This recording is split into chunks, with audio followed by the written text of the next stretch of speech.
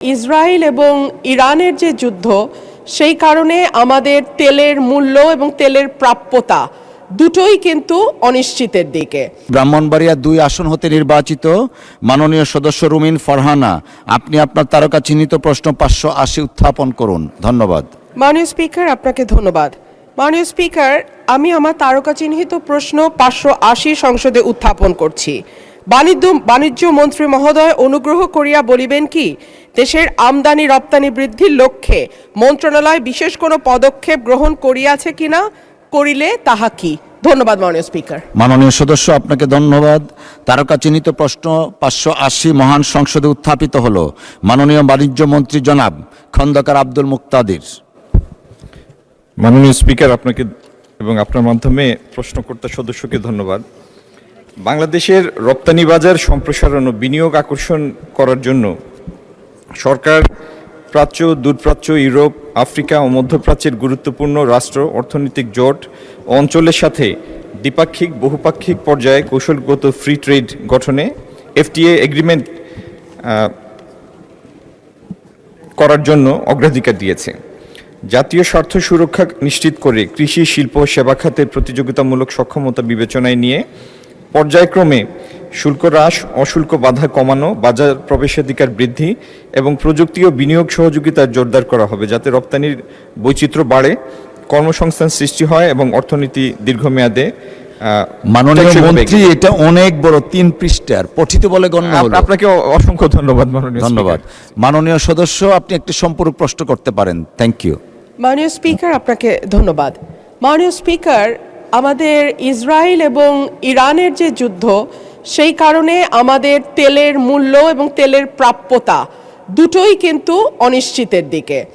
আমি আপনার মাধ্যমে মাননীয় মন্ত্রীর কাছে জানতে চাই, বাংলাদেশের মূল্যস্ফীতি বহুদিন ধরেই ডাবল ডিজিটে ছিল, এখন সেটা 9% কিছু উপরে, খাদ্যদ্রব্য বিশেষ করে।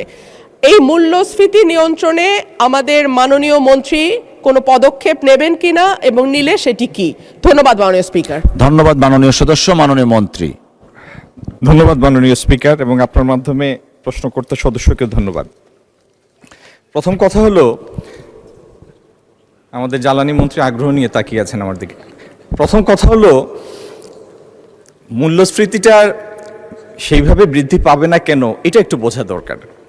সারা পৃথিবীতে জ্বালানি তেলের মূল্য যে অনুপাতে, যে রেশিওতে বৃদ্ধি পেয়েছে, তার তুলনায় বাংলাদেশের যে মূল্য বৃদ্ধি হয়েছে সেটা নিতান্তই মডেস্ট। আপনি আমেরিকায় স্টেট টু স্টেট ভেরি করে তাদের নিজস্ব ট্যাক্সের কারণে। এই যুদ্ধ শুরু হওয়ার আগে অনেক স্টেটে $2.80 70 সেন্ট ছিল পার গ্যালন, মানে 4.5 লিটার। সেটি $5 ছাড়িয়ে গিয়েছে বিভিন্ন স্টেটে। এবং আপনি আশেপাশের যে কোনো দেশ অথবা বাংলাদেশের সাথে কম্পেয়ারেবল যে কোনো ইকোনমির তুলনা যদি করেন, তাহলে তুলনামূলকভাবে জ্বালানি পেট্রোলিয়াম পণ্যের মূল্য প্রত্যেকটা দেশে অনেক বৃদ্ধি পেয়েছে। এবং অনেকগুলি দেশে জ্বালানি মূল্য বৃদ্ধির এই প্রক্রিয়াটি অটোমেটেড, মানে এটা স্বয়ংক্রিয়ভাবে ট্রিগার হয়, এটার জন্য সরকারের আলাদা কোনো পদক্ষেপ নিতে হয় না।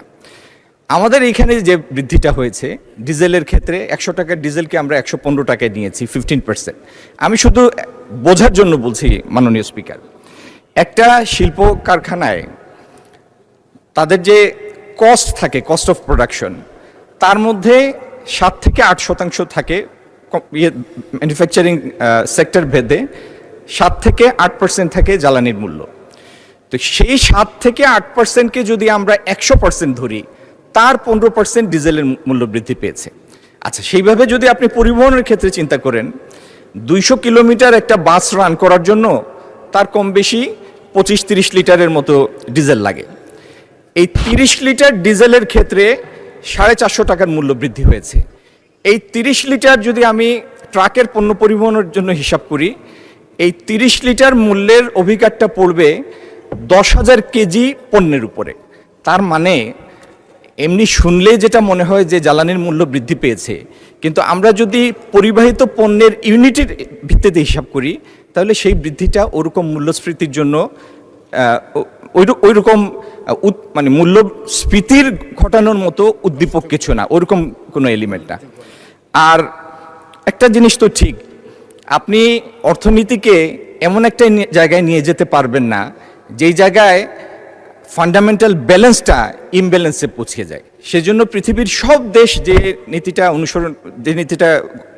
নিয়েছে, আমরা সেই নীতি মডেস্টলি সেই নীতি নিয়েছি এবং মূল্যবৃদ্ধি করেছি, খুবই একটা মডারেট মূল্যবৃদ্ধি করেছি। ধন্যবাদ মাননীয় স্পিকার। প্রবাসীদের জন্য নির্মাণ হচ্ছে দেশের প্রথম স্মার্ট সিটি, যেখানে থাকছে স্কুল, মসজিদ, হাসপাতাল, সুইমিং পুল, হেলিপ্যাড, পাঠাগার, জিম, সুপারমার্কেট, শিশু পার্ক সহ সকল নাগরিক সুবিধা। মাত্র 30 লাখ টাকা বিনিয়োগে মিলছে আকর্ষণীয় ফ্ল্যাট। প্লাটিনাম ইনভেস্টরদের জন্য ঢাকা বিমানবন্দরে ভিআইপি প্রোটোকল সুবিধা। বিস্তারিত জানতে যোগাযোগ করুন স্ক্রিনে দেয়া হোয়াটসঅ্যাপ অথবা ইমো নাম্বারে।